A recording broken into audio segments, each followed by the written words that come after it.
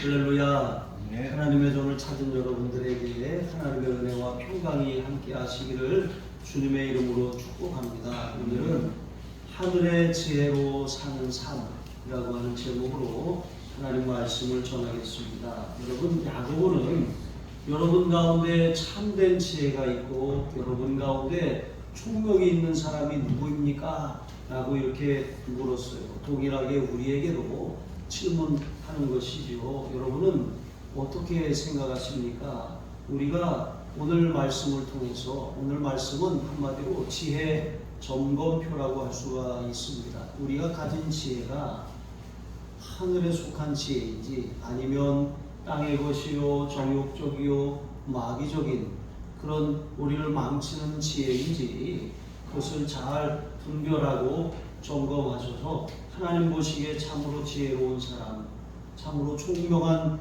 삶의 길을 선택하시기를 주님의 이름으로 축복합니다. 네. 여러분, 그 점검표를 살펴보겠습니다. 첫 번째, 하늘의 지혜는 온유함과 선행이 나타난다는 거예요. 당시 교회 안에는 스스로 지혜 있다고 하고 총명이 있다고 여기는 그런 이 사람들이 선생되기를 자처하는 일들이 많았어요. 그러니까 성경 교사가 되겠다고 하는 거죠. 다른 사람을 가르치는 것 중요합니다. 우리가 배우는 자리에 있는 것보다 가르치는 자리에 있는 것이 더 많이 배우게 되기 때문인 것이죠. 그런데 남다른 지식이 있고 어떤 경험이 있고 그런 세상적인 기준에 부합하는 실력을 갖췄다고 할지라도 그런 모든 사람들을 다 교회 교사로, 성경교사로, 가르치는 자로 세울 수는 없는 거예요. 다 교회의 지도자가 될 수는 없는 것이죠. 세상에서 아무리 그가 세상에 어떤 지위를 얻었고 실력을 갖추었고 그런 많은 사람 앞에 설 만한 경험을 가졌다고 할지라도 그가 교회의 지도자가 된다고 하는 보장이 없는 것입니다. 왜냐하면 세상의 기준보다 더 중요한 하나님의 기준이 있기 때문에 그런 것이죠. 하나님께서는 역대상 17장 17절에 보시니까 다윗을 양떼를 따라다니는 데서 데려다가 하나님의 백성 이스라엘의 주권자로 삼으셨다고 말씀하셨어요. 양떼를 따르는 데가 어디입니까? 양치는 곳, 목동입니다. 그런데 이스라엘의 주권자는 무엇입니까? 이스라엘을 다스리는 왕이고 통치자입니다. 왕과 목동은 하늘과 땅만큼 그렇게 비교할 수 없는 엄청난 차이를 가지고 있는 것이죠. 그런데 하나님은 세상에서 가장 하찮게 여겨졌던 그 당시에 양을 치던 다윗을 선택하셔서 이스라엘의 주권자로 삼으셨다는 거예요. 개역 한글판 성경은 예선하였다고 말씀하고 있는 것이거든요. 하나님이 미리 그를 선택하셨다는 것입니다. 이처럼 하나님께서 다윗을 그런 귀족들 중이나 왕의 아들들 가운데 택한 것이 아니라 양치는 목동의 자리에서 그를 이스라엘 왕으로 택하신 것이죠. 하나님의 기준이 무엇입니까? 사무엘상 13장 14절에 보시니까 사람은 외모로 보거니와 나 여호와는 중심을 보느니라 말씀하시는 것처럼 다윗의 중심을 하나님이 보시니까 그가 하나님의 마음에 맞는 사람이었어요.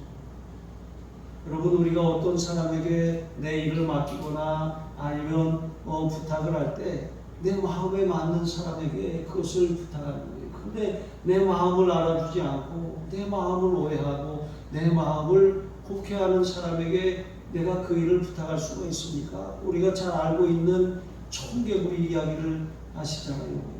그러니까 그냥 치질이 말도 안 듣고 아주 그렇게 엄마 마음을 그렇게 힘들게 하고 속썩이던 청개구리가 엄마가 이제 자기를 살리려고 뱀에 대신 물려서 죽었어요. 근데 엄마가 마지막으로 남긴 유언, 그게 나를 이렇게 나를 동산에다 묻어다오 이렇게 하면 어떻게 해요? 개천에다 묻고 개천에다 묻어다오 하면 동산에다 묻을 것 알잖아요. 그게 거꾸로 말했어요. 그러니까 이 아들이 마지막으로 정신을 차려가지고 엄마 말을 그렇게 그대로 순종해서 개천에다가 묻었잖아요. 그러니까 비가 오면 막 개구리가 엄마 무덤이 떠내려갈까봐 개굴개굴 한다는 거 아니겠습니까? 어쨌든 여러분 우화이지만 우리의 삶이 정말 그렇습니다. 우리는 하나님 앞에 정말 하나님의 말씀을 잘 듣는 것 같아도 지질이 안 들어요. 하나님 말씀대로 사는 것이 살고 번성하고 복을 누리는 길이라고 분명하게 성경이 증거하고 있음에도 불구하고 우리는 겉만 번지르르 하고 겉만 그렇게 순종하는 척하지만 실제로는 우리 마음대로 살아갈 때가 너무나도 많이 있다는 것입니다. 하지만 하나님은 아셔요. 우리가 순종하는 채만 하는 건지 실제로 순종하는 삶을 살고 있는지 정확하게 아시고 순종하는 그 일에 대하여 하나님은 복을 주십니다. 우리가 만약에 어떤 일이 하나님 말씀대로 했는데 잘 안 된다. 그것은 온전한 순종이 아니기 때문에 그렇습니다. 순종하는 척만 했기 때문에 그렇습니다. 그러므로 여러분 우리가 우리의 중심을 살피시는 하나님 앞에 인정받는 그런 삶을 살아가야 할 줄로 믿습니다. 스스로 지혜가 있고 총명이 있다고 말하는 그런 사람들이라면 실제로 그 자신이 지혜와 총명이 있다라고 하는 것을 행실로 보이라는 거예요. 행실로. 말만 하지 말고 그 가르치는 대로 실제로 살아내라고 하는 것입니다. 어떻게 살아내냐? 내가 보여주고 말 거야 하면서 막 이렇게 막 오기를 부리라고 하는 것이 아닙니다. 지혜의 온유함으로, 지혜의 온유함으로 그 선행을 보이라고 말씀하고 있는 것이죠. 여러분 이금벼가 이 고개를 숙이기 마련인 것이죠.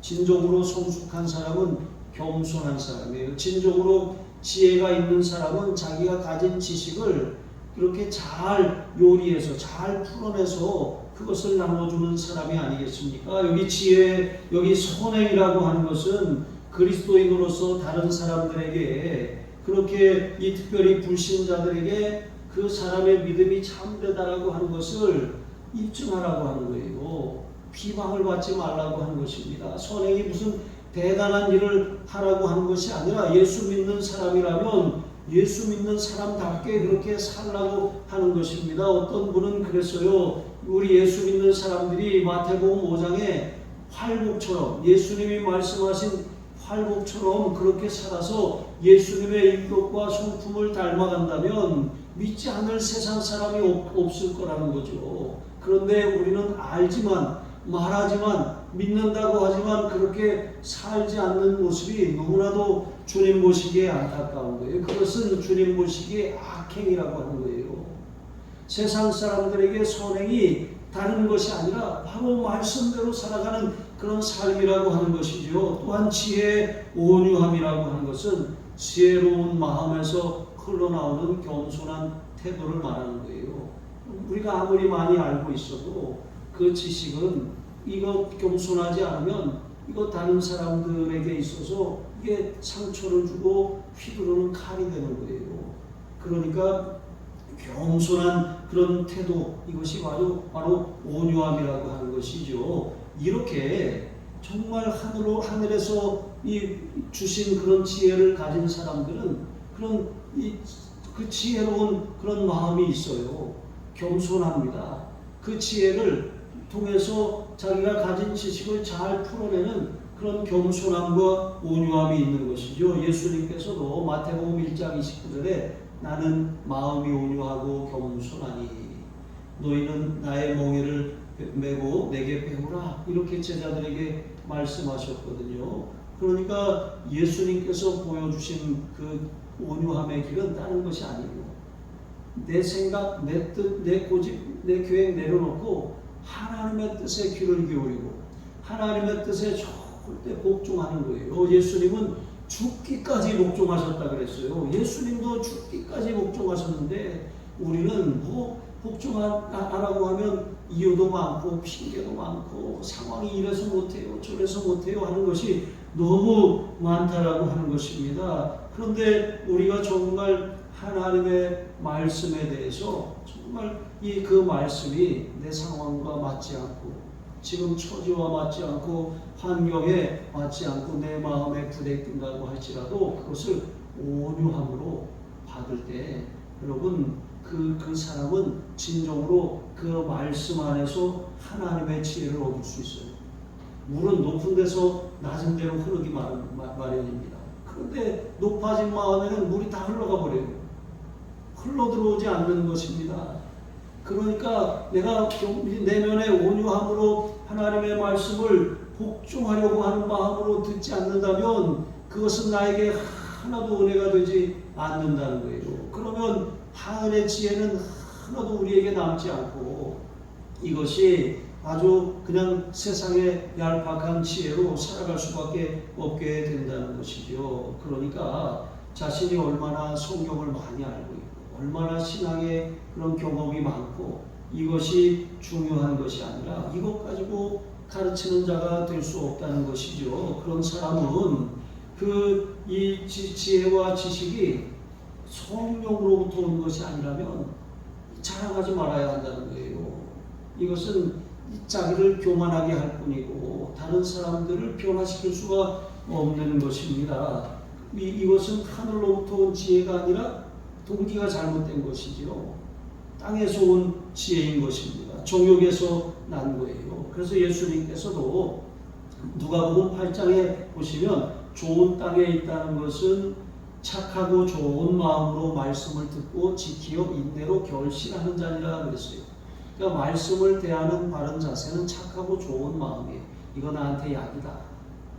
여러분 한약 굉장히 씁니다. 그런데 좋은 약일수록 쓴 법입니다. 우리의 몸에 유익한 것일수록 쓴 것이죠. 마찬가지로 하나님의 말씀이 어떤 말씀이고 부드러운 죽과 같은 말씀이든 딱딱한 또 이 아주 그냥 이가 아플 정도로 딱딱한 말씀이든 우리는 그 말씀을 착하고 좋은 마음으로 들어야 돼요. 그 말씀을 그렇게 들으면 그런 사람들은 말씀을 지킬 수가 있어요. 인내로 결실하게 되는 것입니다. 그러나 말씀을 아무리 많이 들어도 착하고 좋은 마음이 아니라 높아진 마음으로 악하고 나쁜 마음으로 그 말씀을 들으면 어떻게 되는 것이죠? 그 말씀을 나와 상관없는 말씀이 되는 거예요. 지킬 필요가 없어져요. 그러니까 그 말씀이 나에게 아무런 유익을 주지 못하는 것이죠. 그러므로 여러분 참된 지혜를 어떻게 얻습니까? 하나님의 말씀을 온유함으로 받아야 돼요. 하나님의 말씀을 정말 겸손하게 들어야 돼요. 그러면 그 말씀을 겸손하게 들을 때 지혜가 번뜩 이렇게 트이는 거예요. 내 생각이 교정되기 시작하는 거예요. 정말 하늘의 지혜로 살아가면 이 세상에 우리가 반드시 승리할 수밖에 없어요. 하나님은 세상을 지으셨잖아요. 말씀으로 창조하셨어요. 빛이 있으라 말씀하셨을 때 그 말씀이 이 세상을 만든 것이죠. 마찬가지로 여러분 성경은 하나님의 생각, 하나님의 지혜가 담겨 있거든요. 우리가 기도하면서 하나님 말씀을 펼치면 반드시 하나님의 지혜가 우리에게 있어요. 주님 제게 말씀하여 주옵소서 종이 듣겠습니다. 이런 자세로 말씀을 대하시기를 바랍니다. 그 성경을 우리가 매일매일 분량을 정해놓고 읽는 것 중요합니다. 통독이 중요해요. 여러분 통독하고 계십니까? 읽으셔요. 읽기 어려우면 그 읽어주는 어플 다운받으셔서 반드시 말씀을 매일매일 그렇게 읽으셔서 통독하시기 바랍니다. 성경을 읽다 보면요. 성경을 읽다 보면 어느 순간, 어느 구절, 어느 그런 그 단어가 내 마음에 확 와닿을 때가 있어요. 그럼 멈추세요. 하나님 말씀하시는 것입니다. 그 말씀을 묵상하고 그 말씀에 멈춰서서 주님 내게 말씀하시옵소서 하고 귀를 기울여 들으세요. 여러분 그러면 주님의 음성이 들려옵니다. 주님의 지혜를 얻게 되는 거예요. 여러분 그렇게 살아가야 우리는 이 세상에 하나님의 지혜로 살아가게 되는 것이죠. 두 번째로 하늘에 속한 지혜와 달리 땅에 속한 지혜는 요란합니다. 그리고 그 열매가 악합니다. 악행이 나타나는 것이죠. 그 땅에 속한 지혜인지 하늘에 속한 지혜인지 그 나타나는 현상만 봐도 알 수가 있어요. 땅에 속한 지혜는 반드시 거기에는 독한 시기와 다툼이 일어나는 것이죠. 이 독한 시기와 다툼은 타락한 본성에서 일어나는 거예요. 그런 못된 열매인 것입니다. 우리가 거듭났어요. 하지만 거듭났음에도 불구하고 육신을 입고 있는 동안 우리는 아담의 부패한 본성의 찌꺼기가 여전히 남아있어요. 그래서 우리가 이 환경이나 상황에 따라 우리의 본성이 막 올라올 때가 있는 것이죠. 그런데 그 본성이 막 이렇게 발동하는데 이제 주로 이렇게 사람은 사회적 동물이니까 관계를 이루며 살아가잖아요. 그런데 이제 상대적으로 나와 가깝게 지냈던 그 사람이 나보다 더 잘 풀리고 잘 되기 시작해요. 그런 걸 보면은 그 사람에 대한 그런 열등감이 올라오게 되잖아요. 그런 열등감에서 오는 시기심이 그 상대방을 이렇게 깎아내려서 나를 좀 이렇게 올려보려고 하는 이제 그런 행동을 하게 되는 거예요. 이게 바로 독한 시기라고 하는 것이죠. 그렇게 여러분 우리가 성장을 해야지. 다른 사람을 깎아갖고 내가 상대적으로 높아지는 거, 이거 높아지는 것이 아닙니다. 같이 망하는 것이죠. 이게 바로 독한 시기인 것이죠. 이것은 하늘의 지혜가 아니라 이것은 땅의 지혜인 것이죠. 세상 사람들은 그래요. 어떻게 하면 내가 저 사람보다 낫다는 것을 입증해야 돼. 나를 피하라고, 나를 좀 더 포장하고 과장하고 또 좀 이렇게 나쁜 것을 좀 뒤로 감추고 드러나지 않게 이렇게 하고 이렇게 해서 남보다 내가 나은 사람이라고 하는 걸 막 입증하려고 하는 거예요. 그게 바로 독한 시기에서 나는 거라는 거죠. 또한 다툼이라고 하는 것은 원어의 의미가 당파근성이라고 합니다. 당파근성. 그러니까 자꾸 이렇게 상대방, 나와 생각이 다르고 견해가 다른 사람을 인정하지 않는 거예요. 그리고 그것을 무시하고 멸시하는 것이죠. 내가 그들보다 낫고 그보다 낫다는 것을 입증하려고 피어난 수채까지 막 그렇게 주저하지 않는 것이죠.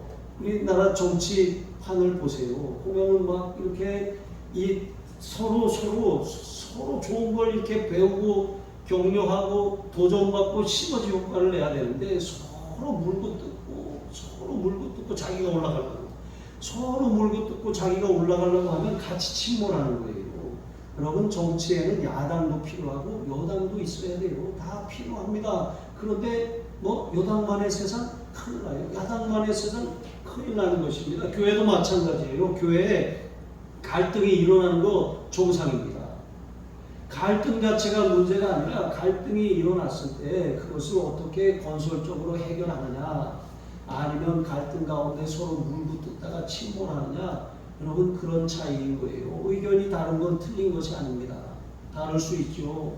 내 생각만 옳지 않습니다. 내가 보지 못하는 것을 다른 사람이 봅니다. 그러면 다른 사람이 다른 의견을 내면 성질을 낼 것이 아니라 왜 다른 의견을 냈을지 그 사람의 입장에서 생각해 봐야 한다는 거예요. 여러분 그렇지 않고 나와 다른 건 틀린 거다라고 하는 것 당파근성이에요. 이게 다툼인 것입니다. 바울도 그랬어요. 바울도 부활하신 예수님을 만나기 전에는 그는 이와 같은 독한 시기와 다툼을 가지고 사는 사람이었어요. 남다른 그런 좋은 신앙 배경을 가지고 있고 율법의 그런 조예가 깊은 사람이었지만 그는 갑자기 그리스도인들이 이렇게 늘어나는 것을 보면서 독한 시기심이 일어났어요. 그리고 저 사람들은 이단의 괴수인 나사렛 예수에게 속은 사람들이고 저 사람들을 더 이상 그 전염병 같은 이단 사설을 퍼뜨리지 못하도록 막아야겠다 그런 열심을 가지고 그들에 대해서 막 우리와 다른 저 사람들은 틀린 거야 하면서 막 공격하기 시작한 거예요. 잡아가두기 시작하는 것입니다. 극단적인 그런 선민의식과 시기심에 이 바울은 그렇게 예수님을 결국 핍박하는 자가 됐던 것이죠. 그러나 예수님을 다메섹 도상에서 만나고 난 다음에 그는 180도 달라졌어요. 그의 삶에 갈라디아서 5장 19절에 보니까 육체의 일은 현저하니 하면서 음행과 더러운 것과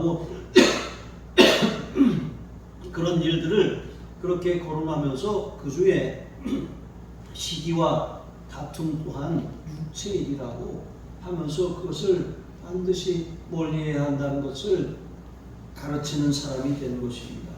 여러분, 우리가 만약에 어떤 지혜를 내겠습니다. 지혜로운 그런 그 생각을 가지고 어떤 의사를 냈단 말이에요. 그런데 그것이 만약에 독한 시기와 다툼을 일으켜요. 막 당파가 나뉘기 시작하고 막 서로 막 그렇게 물고 뜯는 그런 상황이 발생한다면 우리가 가진 그 지혜로운 생각이 하나님께로부터 온 것인지 아닌지 그것을 돌아봐야 한다는 것입니다. 여러분, 세상에서 온 지혜, 하나님이 주신 지혜가 아닌 땅의 지혜는 어떻습니까? 그것의 특징이 세 가지가 있는데 그것은 땅의 것이고 정욕적이고 마귀적이라고 했어요. 그러니까 세상적이고 세속적이고 정욕적이고 마귀적이라고 하는 것이죠. 여기 땅의 것, 세상적이라고 하는 것은 세상의 시각, 세상의 기준만을 가지고 판단하고 적용하는 거예요. 우리도 마찬가지입니다. 우리도 사람을 앞에서 외모로 취하지 말아야 한다는 것을 배웠어요. 그래서 하나님은 중심을 보시는데 우리가 외모를 보고 사람을 편을 가르고 편견을 가지고 이렇게 해서는 안 된다는 것이잖아요. 그러니까 세상의 그런 시각, 세상의 기준만을 가지고 교회 일을 막 결정을 하려고 한다. 이거 세상의 지혜고 하나님과 상관없는 것이라는 거죠. 하나님 주신 것이 아니라는 거예요. 여러분, 세상은 완전하지 않아요. 세상은 변합니다. 그렇기 때문에 여러분, 완전하지 않은 세상의 잣대와 기준을 가지고 우리가 어떤 일을 결정할 것이 아닙니다. 그런 세상의 그런 의견들을 충분히 들었다면 기도해야 되고 물러나서 하나님 앞에 물어야 하는 것이죠. 하나님의 말씀만이 변하지 않는 진리이기 때문에 그렇습니다. 두 번째로 정욕적이라고 하는 것, 그것은 성령을 따르지 않고 본성을 따른다는 거예요. 우리가 거듭났지만 우리 안에는 여전히 성령의 음성이 있고 또 여전히 그런 육체의 그런 본성이 있어요. 그러니까 이 둘이 서로 줄다리기처럼 다투어서 한쪽으로 끌면 한쪽이 끌려가는 그런 상황이 발생하게 되는 것이죠. 그런데 만약에 우리가 사람인데 짐승이 아닌데 그런 짐승의 본성처럼 그렇게 본능적인 욕구에 충실하면서 사는 것이 내가 행복을 누리고 자유를 누리는 삶이라고 해서 자기 하고 싶은 대로 멋대로 내 마음대로 내 뜻대로 내 생각대로 그렇게 살면 행복할 것 같죠. 그렇지 않습니다. 그렇게 살면 주변에 아무도 남지 않고 아무것도 되는 일이 없는 것이죠. 약육강식의 사회에 뛰어들어서 결국은 강한 동물이 약한 동물을 잡아먹는 것처럼 잡아먹히고 마는 것입니다. 여러분, 정욕적인 지혜는 하나님의 말씀에서 길어올린 지혜와 충돌할 수밖에 없어요. 그러니까 내가 어떤 이 사사로운 욕심 때문에 올라온 그런 이 지혜, 나를 위한 그런 지혜인지 아닌지 하나님 말씀 통해서 점검하시기를 바랍니다. 고린도전서 2장 14절에 보면 육에 속한 사람은 하나님의 성령의 일들을 받지 아니하나니 이는 그것들이 그에게 어리석게 보임이라 그랬습니다. 그러니까 우리가 생각할 때 본능을 따르는 것이 잘하는 것 같지만 사실은 이제 성령을 따르는 그거 세상의 기준으로 보기엔 저 사람 왜 저렇게 해? 이렇게 생각할지 모르겠지만 여러분, 그것이 바로 승리하는 비결입니다. 그리고 세 번째, 마귀적이라고 하는 것, 결국 본질적으로 그 지혜는 마귀, 거짓의 악이 마귀로부터 비롯되었다는 거예요. 마귀는 거짓말쟁이입니다. 거짓의 악인 것이죠. 그 사람들을 충동질하고 속여가지고 다른 사람 위에 올라서라고 계속 우리를 부추기는 것이죠. 그래서 이 마귀적인 지혜가 발동하기 시작하면 공동체를 분열시키고 위기에 빠뜨리는 거예요. 예수님을 팔려는 생각을 마귀가 가룟 유다에게 넣었어요. 요한복음 3장 2절에 보니까 예수를 팔려는 생각을 그 마음에 넣었더라 그랬거든요. 그러니까 그 생각이 딱 들어가니까 자기의 스승이고 또 그 동료들이 이 12제자 공동체잖아요. 그런데 그 스승을 은 30냥에 팔아먹는 그런 어리석은 결정을 하게 되는 것이죠. 순간적으로 그랬어요. 왜 사람들이 그러잖아요. 왜 그런 짓을 했습니까? 저도 잘 모르겠습니다. 제가 뭐에 씌였던 것 같습니다. 이렇게 말하는 사람들이 있잖아요. 그리고 저는 심신미약 상태에 있었습니다. 제가 정신과 약을 복용하고 있었어요. 제가 너무 만취해서 아니면 약에 취해서 그런 실수를 저질렀습니다. 여러분, 이 다 그래봐야 아무 소용이 없는 것이죠. 결국 우리가 핑계하는 그 배후에는 마귀가 있다는 거예요.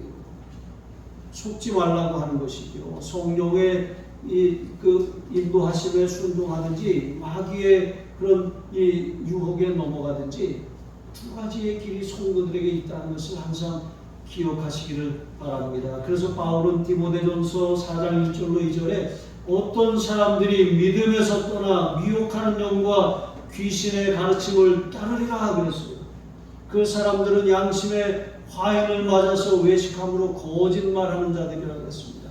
여러분, 세상 사람들은 거짓말 아무렇지도 않게 해요. 저도 한번 그런 일을 당한 적이 있어요. 부동산에서 이제 집을 이렇게 계약 기간 전에 집을 좀 팔아야 되니까 빼줄 수 있겠냐? 이렇게 연락이 왔어요. 알겠다. 팔아야 된다는데 빼줘야지 또 알겠다. 그랬는데 그러면 이제 그런 줄로 알고 이제 우리가 집을 구해야 되잖아요. 근데 집을 구하지도 않았는데 이분이 연락이 왔어요. 와서 뭐에 서명을 하나 해달라는 거예요. 국토교통부에서 이제 전세 계약, 전월세 계약할 때 이렇게 이 임대인의 그 동의를 묻는 그런 서류가 있대요. 그래서 그걸 거기다가 사인을 해주라는 거예요. 그래서 제가 그랬어요. 사인은 해줄 수 있는데 우리가 집을 구하면 나가겠다. 아직 계약 기간이 남아 있으니까 그러면 그때까지는 이제 그 사인을 하지만 이거 가지고 이렇게 다른 그런 하시면 안 된다. 제가 그랬거든요. 그랬더니 알았다고 했어요. 그래놓고 사인을 하고 나서 돌아서서 바로 그 계약을 진행을 한 거예요. 다른 사람하고. 그래서 제가 너무 화가 나서 뭐라고 했어요. 어떻게 일을 이렇게 하냐? 그랬더니 자기는 잘못한 것이 없대요. 제가 사인을 했으니까. 이렇게 얘기를 하더라고요. 제가 그때 배웠어요. 사람들은 이것을 지혜라고 생각해요. 다른 상대방에게 정확하게 말하지 않고 또 자기가 원하는 목적을 이루면 자기는 지혜로운 사람이라고 생각하는 거예요. 그리고 그렇게 하면 상대방에게 어떤 이 일을 성사시켰으니까 성과금을 받겠죠. 그런데 세상 많은 사람들이 이렇게 살아간다는 거예요. 그래서 성경은 우리에게 뱀같이 지혜롭고 비둘기같이 순결하라고 말씀하고 있는 것이죠. 지혜를 갖되 뱀같은 지혜를 가지라고 하는 것은 사단의 지혜를 가지라는 것이 아니에요. 민첩하라고 하는 것이죠. 우리가 하나님이 주시는 하늘의 지혜를 가지고 살 때 죄를 짓지 말아야 돼요. 그런 정욕적이고 마귀적이고 세상적인 그런 이 마귀로부터 온 그 어리석은 지혜에 속아서 거짓말하는 자가 되지 말라고 하는 것입니다. 그래서 우리가 어떤 의견을 제안하고 하는데 그것 때문에 다툼이 일어나고 막 분란이 일어나요. 그리고 그것을 통해서 이득을 얻는 건 나예요. 내가 이렇게 내 대단한 사람인 것처럼 드러나요. 그러면 그것은 반드시 땅의 것이고 정욕적이고 마귀적인 지혜에 여러분 사로잡힌 것이라는 것을 기억하시기 바랍니다. 그 열매는 요란함과 악행일 뿐이에요. 분란을 일으키고 악한 열매들이 맺히는 것, 이것은 다시 이 모든 하나님이 세우려고 하신 질서를 무너뜨리는 거예요. 태초에 하나님이 천지를 창조하시니라. 땅이 공허하고 혼돈하며 흑암이 깊음 위에 있고 하나님의 신은 수면에 운행하시니라 그랬어요. 흑암과 혼돈과 여러분 이런 공허, 이것이 바로 창조 이전의 상황이거든요. 그런데 이런 상황이 하나님께서 운행하신다 그랬잖아요. 운행하시니라라고 하는 단어는 암탉이 알을 품듯이 이렇게 품고 있다는 뜻이에요. 여러분, 교회에 갈등이 일어날 수 있어요. 혼란이 일어날 수 있습니다. 그런데 가장 지혜로운 사람, 하늘의 지혜를 구하는 사람은 품고 기도하는 사람이에요. 하나님의 때를 기다리는 사람이에요. 목소리를 내는 사람이 아닌 것입니다. 그렇게 품고 기도하면서 이 사람이 잠잠해질 때까지 기다리는 거예요. 그리고 하나님이 주신 지혜를 하나님의 때에 말하는 것입니다. 그러면 질서가 잡혀요. 혼돈이 무질서가 여러분 이 바로 잡히고 또 공허함이 하나님의 풍성함으로 채워지는 거예요. 어두움 뒤에서 몰래 행하던 그런 땅을 짓고 수군수군하고 또 다른 사람을 비방하고 끌어내리던 그런 일들이 백주대낮에 그런 드러나는 것처럼 확연하게 드러나게 되는 거예요. 교회는 하나님의 집입니다. 어두움이 하나도 없어야 돼요. 다 드러나게 되어 있는 것이죠. 이것이 하나님이 일하시는 방법이에요. 어떤 사람은 교회에 문제가 생기면 떠난다 그래요. 어떤 사람은 막 목소리를 내면서 싸워요. 어떤 사람은 가만히 있는데 가만히 있는 게 아니에요. 품고 기도하며 기다립니다. 하나님이 말씀하실 때까지. 여러분은 어떤 사람입니까? 떠나는 거 쉬워요.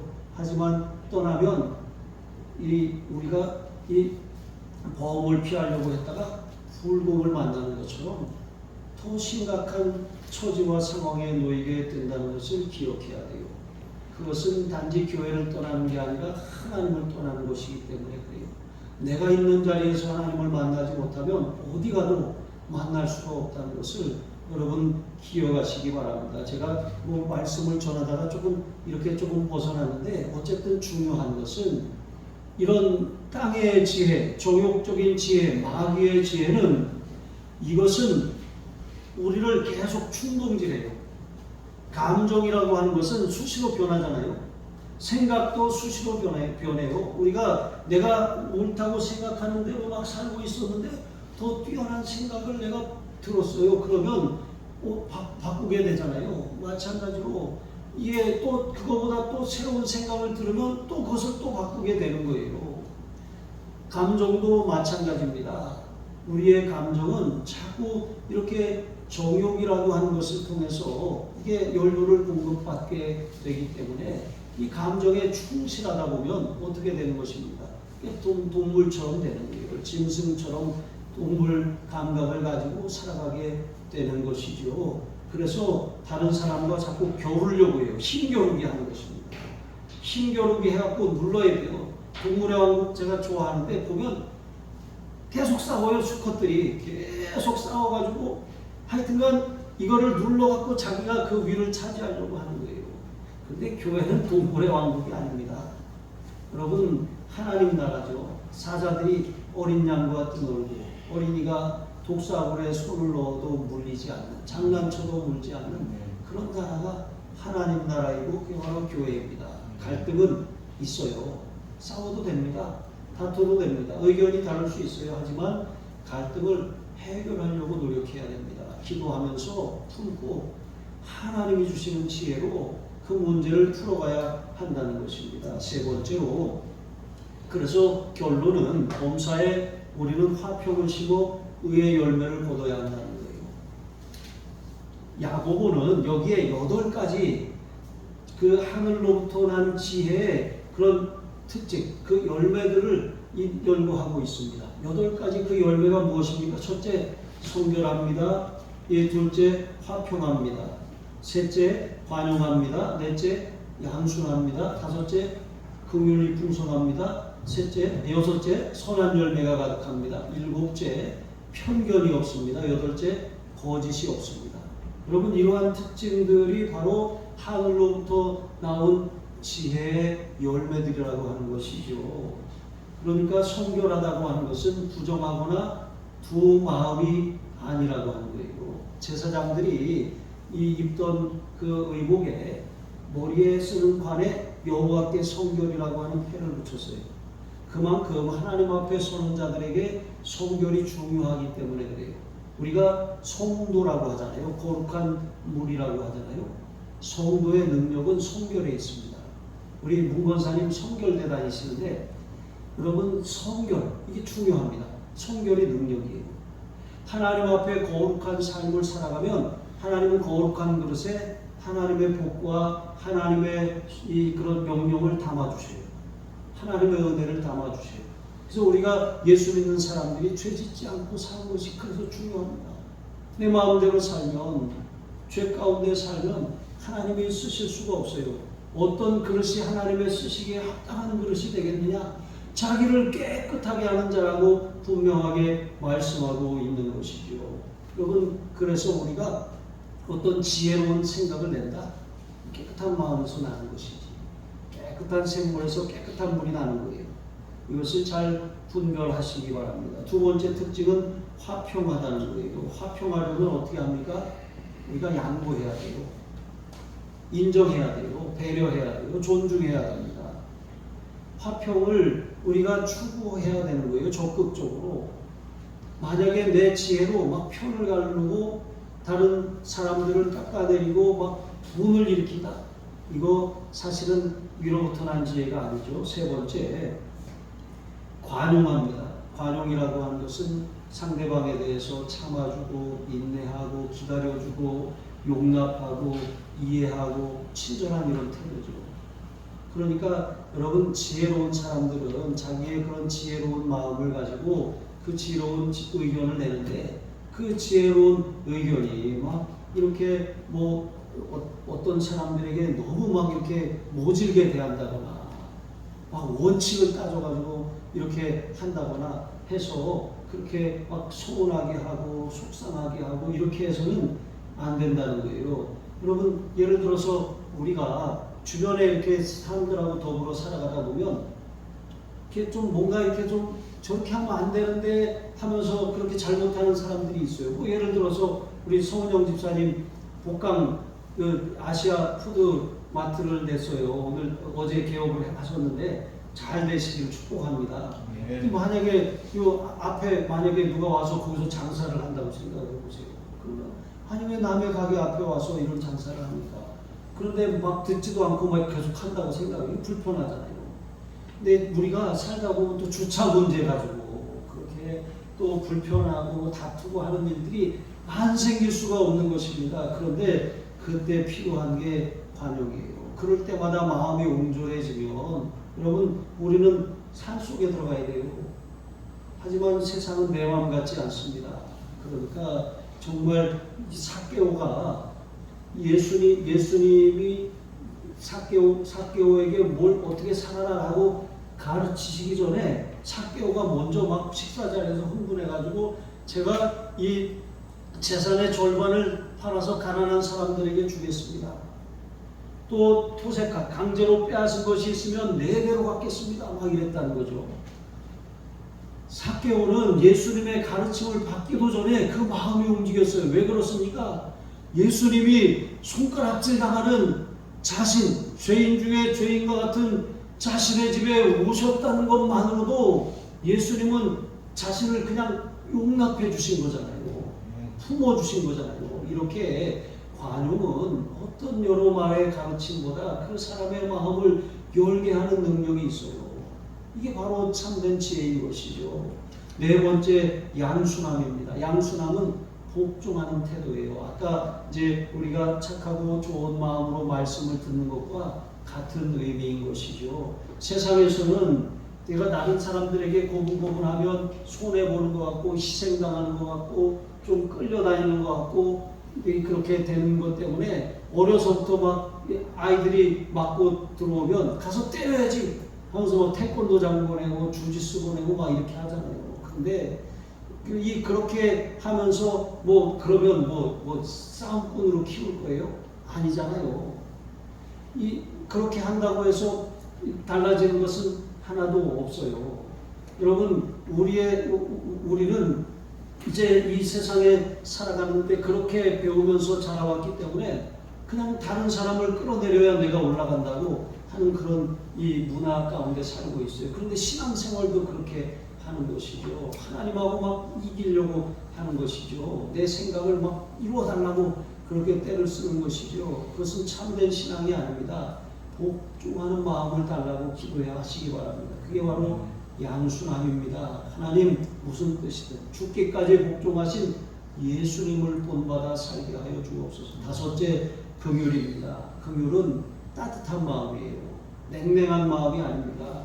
하나님이 죄인인 우리를 바라보셨던 그 불쌍히 여기는 마음, 우리가 다른 사람들을 불쌍히 여기고 긍휼히 여기고 인색하지 않게 그렇게 풍성하게 그렇게 대하는 마음이 긍휼인 것입니다.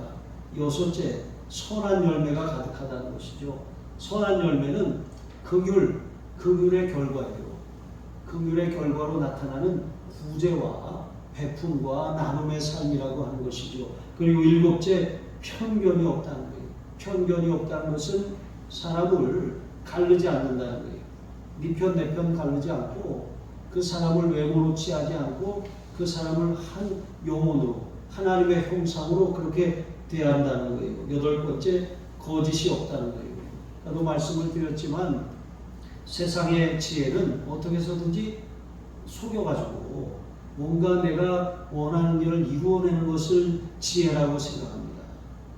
한때 각종 게이트라고 하는 그런 이름으로 그런 비리 사건들이 본물처럼 막 이렇게 폭로되던 그런 때가 있었어요. 근데 그때 사람들 사이에 유행하던 말이 있었어요. 그러니까 그 당사자들이죠. 일부, 이도, 삼수라는 거예요. 일부, 이도, 삼수. 걸리면 첫 번째 부정하라는 거예요. 이도. 그래도 안 되면 도망가라는 거예요. 삼수. 그것도 뭐 이렇게 뭐 안 되면 어떻게 하라는 거예요? 적당히 수습하라는 거예요. 적당히 수습하고 빠져나가라고 하는 것이죠. 이렇게 여러분 세상 사람들은 이러한 것을 지혜라고 생각해요. 그러나 이것은 지혜가 아니라 땅의 것이고 정욕적이고 마귀적인 것입니다. 이것은 하나님께로부터 온 것이 아니에요. 살리는 것이 아니라 도적질하고 죽이고 멸망시키는 거예요. 나도 망하고 남도 망하는 길이 바로 이러한 세상의 지혜라고 하는 것을 기억하시기 바랍니다. 예수님의 모범, 팔복을 따라 살고 또 여기 있는 말씀처럼 그런 지혜의 8가지 열매를 맺으며 사는 거, 이거 때로는 번거로운 것 같고 손해를 감수해야 되는 것 같지만 하나님이 갚아주셔요. 더 크게 하나님이 갚아주십니다. 절대로 여러분 거짓과는 조금 더 결부되지 마시기를 바랍니다. 당장은 내가 크게 잃는 것 같아도 아닙니다. 하나님은 중심을 보시는 것이죠. 우리가 당하는 손해 하나님은 그것을 우리가 하나님 앞에 드리는 마중물로 여겨주실 줄로 믿습니다. 하나님 앞에 올려드린 작은 믿음의 결단이요 헌신으로 받으시는 줄로 믿습니다. 그러면 하나님의 때에 반드시 갚아주시는 것입니다. 여기 이제 결론을 내리겠습니다. 여기 말씀에 보니까 여러분 마지막 우리 저를 한번 같이 읽어보겠습니다. 18절 시작. 화평하게 하는 자들은 화평으로 심어 의의 열매를 거두느니라. 아멘. 여기에 앞에 있는 여기에 이 성결, 화평, 관용, 양순, 긍휼, 선한 열매, 편견 없음, 없음 이 8가지는 바로 의의 열매라는 거예요. 의의 열매. 그런데 의의 열매가 어떻게 맺혀지냐? 화평으로 심는 자에게 맺혀진다는 거예요. 화평으로 심는다는, 화평을 심으면, 화평의 씨앗을 심으면 이 8가지 열매가 화평뿐만 아니라 맺혀진다라고 하는 것이죠. 그러니까 여러분 우리의 삶에 하나님과 내가 화평을 이뤘잖아요. 예수 그리스도로 말미암아. 내가 더불어 세상과 살아갈 때 예수 그리스도의 정신, 예수 그리스도의 인격, 예수 그리스도의 성품을 닮아서 그렇게 하늘의 지혜를 받아서 살면 우리의 삶에 이 의의 열매들이 맺히게 된다는 거예요. 예수님의 십자가는 하나님과의 화목이고 또 세상과의 화목입니다. 이러한 십자가 정신으로 살아가는 사람이 바로 화평을 심어 의의 열매를 거두는 사람이죠.